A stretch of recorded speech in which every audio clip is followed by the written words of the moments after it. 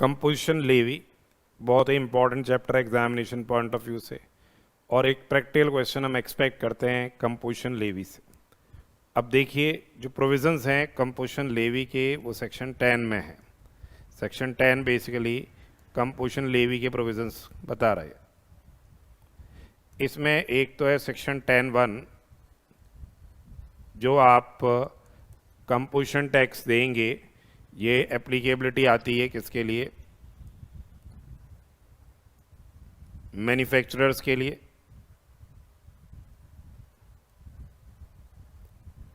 Traders के लिए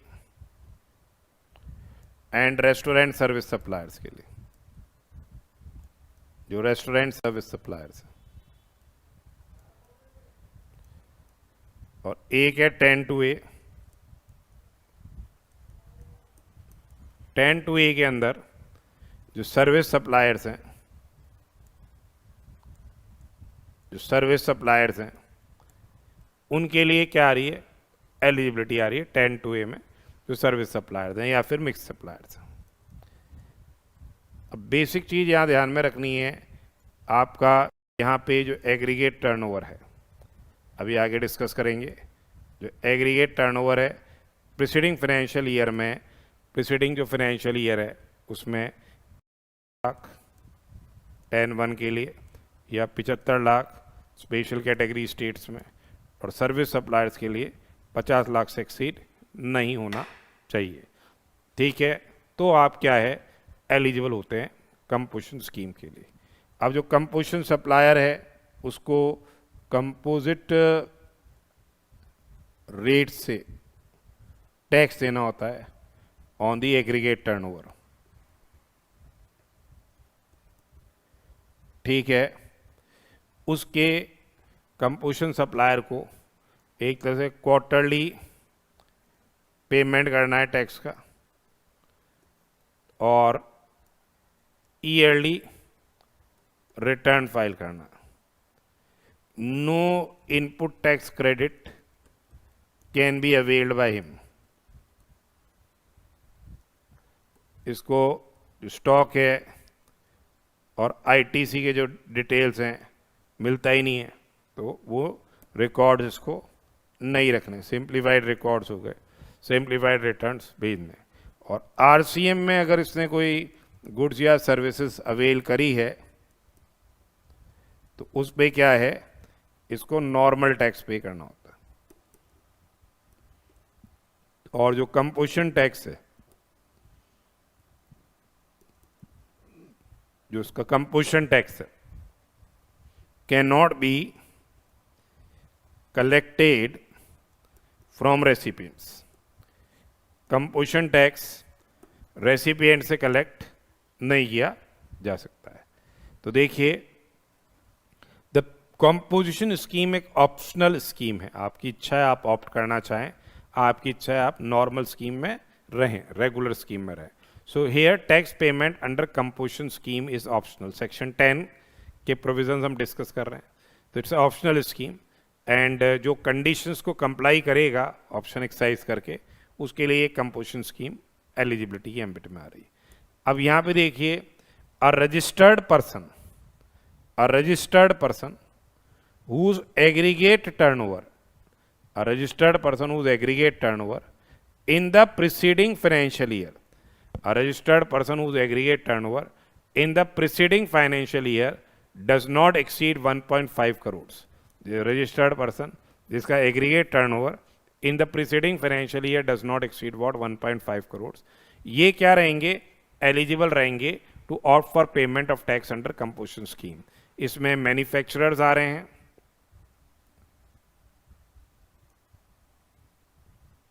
traders आ रहे हैं, और रेस्टोरेंट सर्विस सप्लायर्स आ रहे हैं। तो registered person whose aggregate turnover in the preceding financial year did not exceed 1.5 crores, they will be eligible to opt for payment of tax under composition scheme. However, अगर आपका aggregate turnover preceding financial year में 75 लाख है, किन states में हो? आप special category states में हो अरुणाचल प्रदेश, मणिपुर, मेघालय, मिजोरम, नागालैंड, सिक्किम, त्रिपुरा और उत्तराखंड। अरुणाचल प्रदेश, मणिपुर, मेघालय, मिजोरम, नागालैंड, सिक्किम, त्रिपुरा और उत्तराखंड। अगर आपका aggregate turnover in the preceding financial year 75 lakh रुपए से एक्सीड नहीं कर रहा है इन स्पेशल कैटेगरी स्टेट्स के अंदर, तो भी आप क्या रहोगे, एलिजिबल रहोगे। जबकि असम, हिमाचल प्रदेश और जम्मू एंड कश्मीर में जो थ्रेशोल्ड है ये है 1.5 crore. However the aggregate turnover जो आपके असम है, हिमाचल प्रदेश और जम्मू एंड कश्मीर है, ये 1.5 करोड़ है। सो रजिस्टर्ड पर्सन जिसका aggregate turnover in the preceding financial year did not exceed 1.5 crore, वो एलिजिबल है। ठीक है। अब एग्रीगेट टर्नओवर की कंप्यूटेशन कैसे करते हैं, चाहे वो 10(1) के स्कीम हो या 10(2)(a) की स्कीम हो, दोनों में ही एग्रीगेट टर्नओवर का मतलब सेक्शन 2(6) के अंदर डिफाइन किया हुआ है। यहाँ पे एग्रीगेट टर्नओवर के अंदर it will include value of all outward supplies, include कर रही है value of all outward supplies, चाहे वो टैक्सेबल सप्लाईज हो चाहे वो एग्जेम्प्ट सप्लाई हो। नॉन टैक्सेबल सप्लाई भी एग्जेम्प्ट सप्लाई में शामिल होती है। ठीक है। एग्जेम्प्ट सप्लाईज हो, एक्सपोर्ट्स हो चाहे इंटरस्टेट सप्लाईज हो, तो यानी value of all outward supplies, taxable supplies, exempt supplies, exports and interstate supply of person having same PAN, and it is to be computed on what, all India basis. Persons having same PAN to be computed on what, all India basis. यानी अगर आपकी एक B1 branch है जो राजस्थान में है, B2 branch है MP में, B3 ब्रांच है यूपी में, इसका यहाँ 40 लाख का टर्नओवर था, यहाँ 80 लाख का था, यहाँ 10 लाख का था, तो एग्रीगेट टर्नओवर आपका क्या हो गया, 130 लाख हो गया। ठीक है। तो ध्यान रखने वाली बात है कि जहाँ value of all outward supplies, taxable supply हो गई, एग्जेम्प्ट सप्लाई हो गई, एक्सपोर्ट्स हो गई, इंटरस्टेट सप्लाईज हो गई, of persons having same PAN, it is to be computed on all India basis, and these will include what, 1 अप्रैल से लेके अप टू द डेट जब आप रजिस्ट्रेशन के लिए लायबल होगे, वो वाली सप्लाईज भी क्या हो रही हैं, इंक्लूड हो रही है। यानी value of supplies made by a registered person, value of supplies made by a registered person from 1 April of the financial year up to the date when the person becomes liable for registration, वो include हो रहा है। पर इसमें क्या exclude होगा, invert supplies exclude होंगी, invert supply exclude होगी, on which tax is payable under reverse charge mechanism. ये एग्रीगेट टर्नओवर की डेफिनेशन में टैक्स जो है CGST, SGST, UTGST, IGST और सेस का एलिमेंट भी क्या होएगा, एक्सक्लूड किया जाएगा। जो टैक्स का एलिमेंट है वो एक्सक्लूड किया जाएगा। और यहाँ इंपॉर्टेंट एस्पेक्ट ये है कि जो value of exempt supply of services है, value of exempt supply of services provided by way of extending deposits, loans or advances, insofar as the consideration is represented by way of interest or discount, उसको क्या किया जाएगा, exclude किया जाएगा। तो value of exempt supply of services provided by way of extending deposits, loans or advances, insofar as consideration is represented by way of discounts और interest, वो exclude किया जा रहा है। तो taxable supply शामिल हो गए, एग्जेम्प्ट सप्लाई हो गई शामिल, पर क्या एक्सक्लूड हो गया, ये वाली सप्लाई क्या है, एक्सक्लूड हो गई, ध्यान रखिएगा। एक्सपोर्ट्स हो गए, इंटरस्टेट सप्लाईज हो गई of persons having same PAN to be computed on all India basis. अब देखेंगे, अगर अपन आगे कंडीशंस देखेंगे कि कंपोजिशन इंटरस्टेट सप्लाई नहीं कर सकता, कंपोजिशन सप्लायर एक्सपोर्ट्स नहीं कर सकता, तो बेसिकली ये कंडीशंस दे रखी है। ठीक है। तो अब जो प्रीसीडिंग ईयर में हो सकता है उसने एक्सपोर्ट किया हो, प्रीसीडिंग ईयर में हो सकता है उसने इंटरस्टेट सप्लाई की हो।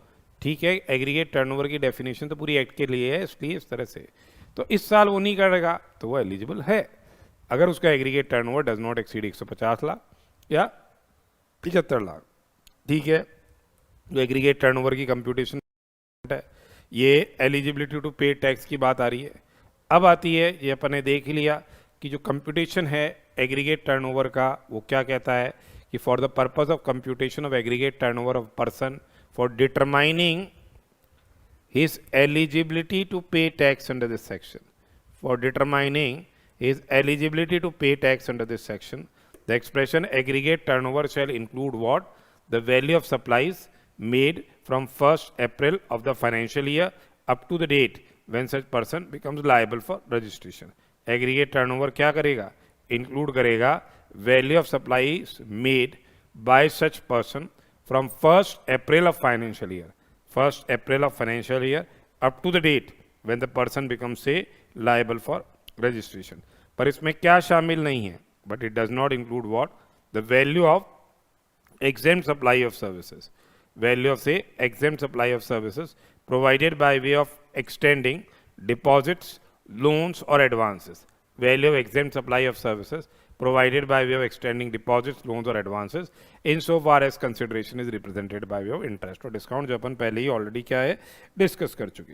उसके अलावा देखिए यहाँ पे ये बोल रहा है जो स्कीम है the same is applicable for all the goods, जैसे XYZ एंड कंपनी एक ट्रेडर है, गुड्स X है, गुड्स Y है, गुड्स Z है। अब ये तीनों ही गुड्स के लिए कंपोजिशन स्कीम एप्लीकेबल होगी, पिक एंड चूज नहीं हो सकता कि आप चाहें कि किसी स्कीम के लिए तो क्या ले लें, कंपोजिशन स्कीम ले लें, और किसी स्कीम के लिए आप क्या चाहते हैं कि भाई रेगुलर में चले जाएं, ये ऐसी बात नहीं है। ठीक है, पिक एंड चूज का ऑप्शन क्या है, अवेलेबल नहीं रहेगा। ठीक है, सभी गुड्स के रिलेशन में या तो कंपोजिशन में आओगे या सभी गुड्स के रिलेशन में आप क्या है रेगुलर स्कीम में आओगे। अब किस रेट से कंपोजिशन टैक्स देना है, दैट्स वेरी वेरी इंपॉर्टेंट। जो मैन्युफैक्चरर्स हैं उनको 0.5% of the turnover in the state और यूनियन टेरिटरी CGST का एलिमेंट रहेगा। 0.5% of turnover in the state और यूनियन टेरिटरी SGST का एलिमेंट रहेगा। तो जो मैन्युफैक्चरर्स हैं उनको 0.5% of turnover in the state और यूनियन टेरिटरी CGST का एलिमेंट है, 0.5% of turnover in the state और यूनियन टेरिटरी SGST का एलिमेंट है। और जहाँ पे रेस्टोरेंट सर्विस सप्लायर्स हैं, ठीक है, उनके लिए 2.5% of turnover in the state और यूनियन टेरिटरी CGST का एलिमेंट है, और 2.5% of turnover in the state और यूनियन टेरिटरी क्या है SGST का एलिमेंट है। और जो अदर सप्लायर्स हैं यानी ट्रेडर्स हो गए, इनके लिए 0.5% of turnover of taxable supplies, यहां सिर्फ क्या है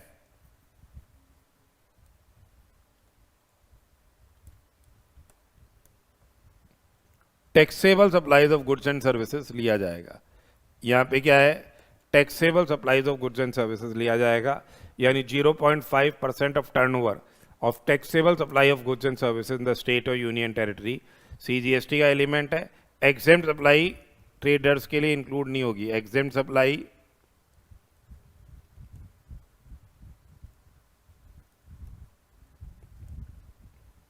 विल नॉट बी इंक्लूडेड। इन लोगों के लिए क्या है एग्जेम्प्ट सप्लाई इंक्लूड नहीं होगी, यानी 0.5% of turnover of the taxable supplies of goods and services in the state और यूनियन टेरिटरी, ये CGST का एलिमेंट है। और 0.5% of turnover of taxable supply of goods and services in the state और union territory SGST का element है। और उसके अलावा जो यहाँ पे टैक्सेबल सप्लाईज ही काउंट हो रही है, एग्जेम्प्ट सप्लाईज काउंट नहीं हो रही। अब चाहे वो मैन्युफैक्चरर हो, चाहे वो रेस्टोरेंट सर्विस सप्लायर हो, या चाहे वो अदर सप्लायर्स हों, ये मिनिमल सर्विसेज भी दे सकते हैं। अदर सर्विसेज कितनी दे सकते हैं, up to 10% of turnover in the state और union territory in the preceding financial year और ₹5 lakhs विच इज हायर। तो अ पर्सन जो कि ऑप्शन एक्सरसाइज कर रहा है टू पे tax under clause A, B और C, चाहे वो मैन्युफैक्चरर हो, चाहे वो रेस्टोरेंट सर्विस सप्लायर हो, चाहे वो अदर सप्लायर हो, ही मे सप्लाई सर्विसेज, क्या कर सकता है सर्विस सप्लाई कर सकता है अदर देन रेस्टोरेंट सर्विस, क्योंकि रेस्टोरेंट सर्विस के लिए तो अलग से आ ही रही है। Not exceeding what 10% of the turnover in the state or union territory, not exceeding 10% of the turnover in the state or union territory in the preceding financial year or 5 lakh rupees, whichever से higher. जो value of exempt supply of service है, which is provided by way of extending deposits, loans or advances, insofar as the same is in consideration, is represented by interest or discount, ये क्या होगा, shall the same will not be taken into account for determining the value of turnover in the state or union territory. ठीक है. अब turnover payment के लिए turnover की बात करें, हम कह रहे हैं टर्नओवर इन स्टेट और यूनियन टेरिटरी, इसकी तो डेफिनेशन सेक्शन 2 क्लॉज 112 में दे रखी है. तो एक तरह से तो पूरी एक्ट के लिए डेफिनेशन है, इसमें इसलिए बोल रखा है कि aggregate value of all taxable supplies, पर एक्सक्लूड क्या हो गया, excluding the value of inward supply on which tax is payable by a person under RCM, क्योंकि उसको अलग से टैक्स देना है इन पे. एग्जेम्प्ट सप्लाई भी आ गई, made within the state और union territory by a taxable person. Exports आ गए ऑफ गुड्स एंड और सर्विसेज और बोथ. इंटर स्टेट सप्लाईज आ गई, पर वो एक्सपोर्ट और इंटर स्टेट सप्लाई नहीं कर सकता, वो अभी हम आगे कंडीशन पढ़ेंगे, क्योंकि डेफिनेशन तो पूरे एक्ट में लागू हो रही है इसलिए दे रखी है. पर कि जब अपन पेमेंट की हम बात करते हैं तो पेमेंट ऑफ टैक्स की बात करते हैं, तो 1 अप्रैल से लेके अप टू द डेट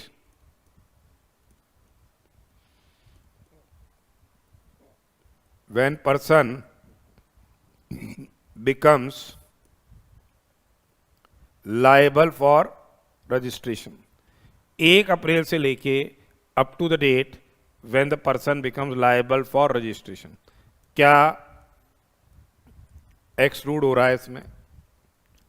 1 अप्रैल से लेके up to the date when the person becomes liable for registration, ये टर्नओवर एक्सक्लूड हो रहा है. इस समय का टर्नओवर क्या हो रहा है, एक्सक्लूड किया जा रहा है.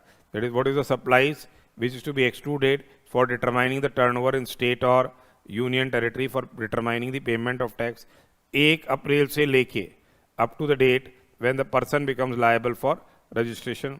एक तो क्या हो रहा है, वो क्या हो रहा है, एक्सक्लूड किया जाएगा. वो क्या किया जा रहा है, एक्सक्लूड किया जा रहा है. एक तो ये हो गया एक्सक्लूड. उसके अलावा जो एग्जेम्प्ट सप्लाई है of services provided by way of extending deposits, loans or advances. Exempt supply of services provided by way of extending deposits, loans or advances, insofar as the consideration is what represented by way of interest or discount, वो exclude हो जाएगा. That is what for the purpose of determining the tax payable by a person under this section, turnover in the state or union territory, turnover in state or turnover in say union territory, the same will not include what supplies made from first day of financial year up to the date when the person becomes liable for registration, और exempt supply शामिल नहीं हो रही. जैसे suppose कीजिए mister x है, trader है, उसने बिजनेस स्टार्ट किया 1 अप्रैल को, राजस्थान के अंदर इंट्रा स्टेट सप्लाई कर रहा है, ट्रेड कर रहा है. 1 अप्रैल से 30 जून तक उसमें 40 लाख का टर्नओवर अचीव किया. अब इसको रजिस्ट्रेशन ही नहीं कराना है, थ्रेशोल्ड लिमिट है, तो यहाँ तो कोई टैक्स पे करेगा नहीं. उसके बाद उसने अगले 110 लाख रुपए की क्लियरेंसेस पे उसको क्या देना पड़ेगा, कंपोजिशन रेट से टैक्स देना होगा, यानी 1% की रेट से टैक्स देना होगा. उसके ऊपर जाता है तो नॉर्मल टैक्स क्या है, अप्लाई होगा. अगर इसने कोई इसमें एग्जेम्प्ट सप्लाई ऑफ सर्विसेज दी है provided by way of extending deposits, loans और advances, insofar as the consideration is represented by way of interest or discount, तो वो क्या है, काउंट नहीं किया जाएगा. अब कौन कौन से पर्सन्स हैं, कौन कौन से पर्सन्स हैं who are not eligible to opt for composition scheme, ये वेरी वेरी इंपॉर्टेंट 10(2) में दे रखा है, जो persons who are not eligible to opt for composition scheme. एक तो क्या हो गई, supplier of services other than mentioned in point number 4 above, यानी एक तो रेस्टोरेंट सर्विस सप्लायर हो सकते हैं, या आप क्या है सर्विसेज दे सकते हो, मिनिमल सर्विसेज 10% ऑफ टर्नओवर और 5 lakh rupees which is higher, ये तो दे ही सकता है, चाहे वो मैन्युफैक्चरर हो, चाहे वो रेस्टोरेंट सर्विस सप्लायर हो, चाहे वो ट्रेडर हो, अदर सर्विसेज. उनके अलावा अगर कोई एक्सक्लूसिव सर्विस सप्लायर है तो उनके लिए 10(2)(a है, उनके लिए 10(2)(a है। उसके अलावा सप्लायर ऑफ गुड्स और services which are not taxable under the CGST act, SGST act, UTGST act, यानी अगर आप alcoholic liquor for human consumption supply कर रहे हो या पेट्रोलियम प्रोडक्ट सप्लाई कर रहे हो, आप alcoholic liquor for human consumption supply कर रहे हो या पेट्रोलियम प्रोडक्ट सप्लाई कर रहे हो, तो आप क्या है, एलिजिबल नहीं होगे। It is supplier of goods और services which are not taxable under the CGST act, SGST act और UTGST act. Supplier of goods और सर्विसेज नॉट टैक्सेबल, तो ठीक है, फिर आप एलिजिबल नहीं होगे अगर आपने ये गुड्स या सर्विसेज दी है। या आप इंटर स्टेट सप्लाई करते हो गुड्स या सर्विसेज की, तो कंपोजिशन सप्लायर जो है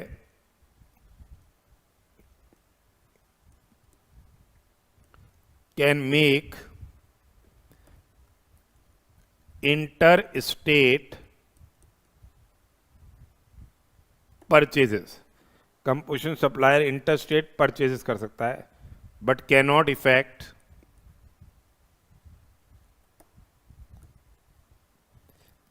इंटर स्टेट सप्लाई। वो इंटर स्टेट सप्लाई नहीं कर सकता, यानी inter state supplier of goods और सर्विसेज वो इंटर स्टेट सप्लाई नहीं कर सकता। अगर किसी व्यक्ति ने गुड्स या सर्विसेज, अगर किसी व्यक्ति ने गुड्स या सर्विसेज इलेक्ट्रॉनिक कॉमर्स ऑपरेटर के माध्यम से सप्लाई की है, who is required to collect tax at source under section 52, तो person supplying goods or services through a ECO, person supplying goods or services through a ECO who is required to collect tax at source under section 52। फिर जो manufacturers हैं of certain notified, जो manufacturers हैं of certain notified goods, उसमें ice cream है and other edible ice whether और not containing cocoa, pan masala है, aerated water है, tobacco and other manufactured tobacco substitutes है। तो यानी जो manufacturers of certain notified goods हो गए, कौन हो गए, ice cream and other edible ice whether और not containing cocoa, pan masala हो गया, अरेटेड वाटर्स हो गया, tobacco and manufactured tobacco substitutes हो गए। तो ये जो मैन्युफैक्चरर्स हैं ये कंपोजिशन स्कीम का ऑप्शन ऑप्ट नहीं कर सकते। इसी हिसाब से जो कैजुअल टैक्सेबल पर्सनस हैं और जो नॉन रेजिडेंट टैक्सेबल पर्सनस हैं, कैजुअल टैक्सेबल पर्सन कौन हो गया, जैसे मैं राजस्थान के अंदर हूँ और कोई ट्रेड शो दिल्ली के अंदर हो रहा है, तो वहाँ मैं जाके उस ट्रेड शो में पार्टिसिपेट करना चाह रहा हूँ, एग्जीबिशन में पार्टिसिपेट करना चाह रहा हूँ, तो दिल्ली के लिए मैं क्या कहलाया जाऊँगा, कैजुअल टैक्सेबल पर्सन कहलाया जाऊँगा। नॉन रेजिडेंट जिनको विदेश में है और वो इंडिया में आके ओकेजनली माल दे रहे हैं, तो फिर क्या है, वो नॉन रेजिडेंट टैक्सेबल पर्सन है जिनका कोई यहाँ फिक्स प्लेस ऑफ बिजनेस नहीं है। तो ये कहने का मतलब क्या है कि कौन कौन से पर्सन एलिजिबल नहीं हो गए, एक्सक्लूसिवली जो सर्विस सप्लाई कर रहे हैं अदर देन रेस्टोरेंट सर्विसेज, या फिर सप्लायर ऑफ गुड्स और services which are not taxable under the CGST act, SGST act, UTGST act. Inter state supplier of goods और सर्विसेज एलिजिबल नहीं है। ई कॉमर्स ऑपरेटर के माध्यम से अगर आप सप्लाई कर रहे हो, who is required to collect tax at source, वो एलिजिबल नहीं है। उसके अलावा manufacturers of certain notified goods, casual taxable person और non resident taxable person eligible नहीं है।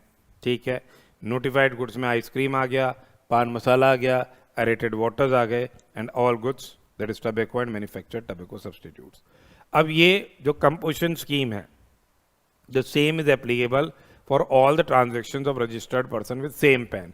अगर एक यूनिट में आप नॉर्मल स्कीम में जाते हैं तो फिर सभी यूनिट्स इनएलिजिबल हो जाएंगी, किसके लिए, कंपोजिशन स्कीम के लिए।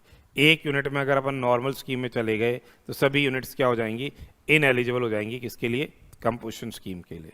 So all registered persons having the same permanent account number have to opt for composition scheme. If one registered person opts for normal scheme, other becomes say ineligible for composition scheme. फिर option lapse हो जाएगा if the aggregate turnover exceeds say 1.5 crores or 75 lakhs. So the benefit of composition scheme can be availed up to aggregate turnover of 1.5 crore or 75 lakhs in the current financial year. जैसे ही अगर आपका aggregate turnover cross होएगा 1.5 करोड़ या 75 लाख, जैसा भी case है, आप eligible नहीं रहेंगे, आप नॉर्मल स्कीम में पहुंच जाएंगे। कंपोजिशन के लिए एलिजिबल नहीं रहेंगे। फिर उस दिन आपको नॉर्मल रेट से टैक्स देना है, रेगुलर स्कीम में आ गए एक तरह से आप, और you will be entitle to take the credit. ITC आप ले पाओगे इनपुट्स का, इनपुट जो सेमी फिनिश गुड्स में है या फिनिश गुड्स में है, और कैपिटल गुड्स का रिड्यूस बेसिस पे आपको आईटीसी मिल जाएगा। जो स्टॉक में पड़े हुए हैं उसका आपको आईटीसी मिल जाएगा। अब देखिए जो कंपोजिशन टैक्स है, the same can not be collected from the recipients. तो जो कंपोजिशन सप्लायर है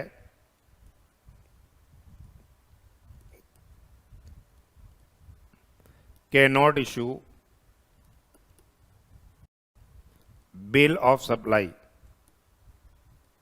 sorry tax invoice, can not issue tax invoice, tax invoice जारी नहीं कर सकता, and will be required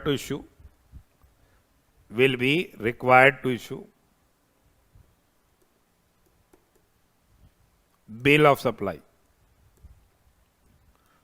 He cannot avail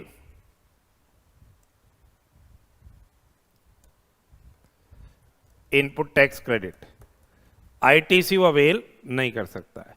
A taxable person to whom the provisions of composition scheme apply shall not be entitled to say any input tax credit. वो ITC avail नहीं कर सकता है। ठीक है, जो कंपोजिशन ऑफ स्कीम का अगर आपने ऑप्शन लिया, इफ द प्रॉपर ऑफिसर को लगता है कि भाई you are not eligible, still opted, तो आप वो आपको शो कॉज नोटिस जारी करेगा 73 के अंदर या 74 के अंदर, या कि आगे अपन पढ़ेंगे 73 और 74 में शो कॉज नोटिस के प्रोविजंस है, और ही एडजुडिकेशन होगा मामले का। फिर आप टैक्स, इंटरेस्ट एंड पेनल्टी के लिए क्या हो जाओगे, लायबल हो जाओगे, अगर आप एलिजिबल नहीं थे और आपने ऑप्ट कर लिया है। तो if the proper officer has a reason to believe that a taxable person has paid tax under composition scheme despite not being eligible, such person shall in addition to tax that may be payable by him under any provisions of this act be liable to penalty, and the provisions of 73 and 74 shall be applicable for determination of tax and penalty. ठीक है, 73 और 74 के फिर क्या है, provisions apply हो जाएंगे। Then the composition scheme, जो ये कंपोजिशन स्कीम है, will not be applicable where tax is payable under से रिवर्स चार्ज मैकेनिज्म। ठीक है, अगर टैक्स रिवर्स चार्ज मैकेनिज्म के तहत पेएबल है, रिवर्स चार्ज मैकेनिज्म के तहत टैक्स पेएबल है, तो आपको पूरा टैक्स देना होगा, उसमें आप क्या है, कंपोजिशन टैक्स का बेनिफिट नहीं ले सकते। और जो कस्टमर है he will not be entitled to take the credit of the composition tax. Composition tax का क्रेडिट एलिजिबल नहीं है। तो ये अभी अपन ने कंपोजिशन स्कीम के प्रोविजंस डिस्कस किए हैं सेक्शन 10(1) के, उसके इलस्ट्रेशंस आगे हम डिस्कस करेंगे।